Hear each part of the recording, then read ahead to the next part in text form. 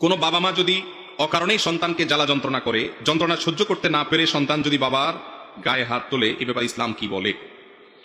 ভাইরা আমার, বাবা মা যদি সন্তানের প্রতি জুলুম করে, অত্যাচার করে, অবিচার করে, অনাচার করে, সন্তানকে গালমন্দ করে, অহেতুক কষ্ট দেয়, তাহলে সেটা বাবা মায়ের জন্য জায়েজ না না জায়েজ?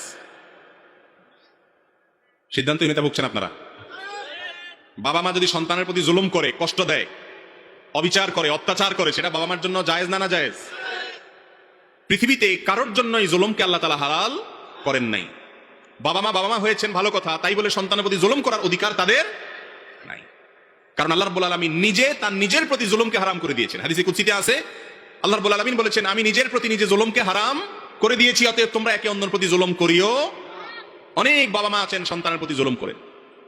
ছেলে মেয়ে কয়েকজন আছে, একজনের দিকে বেশি টানেন, আরেকজনকে দেখতেই পারেন না। এ রোগ আছে না নাই? খবরদার, ভালো করে শুনে রাখেন।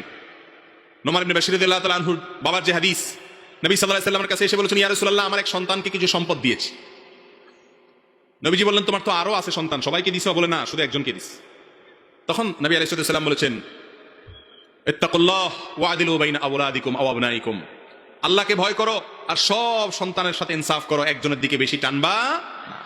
এমনকি এক সন্তান যদি বেশি খেদমত করে, আদর যত্ন করে, সেজন্য আপনি তাকে একটু জমি লিখে দিবেন, সম্পদ দিয়ে দিবেন, অন্যদেরকে দিবেন না, এটা জায়েজ নাই। এই হারাম কাজটা অনেক মা বাবা করে থাকেন।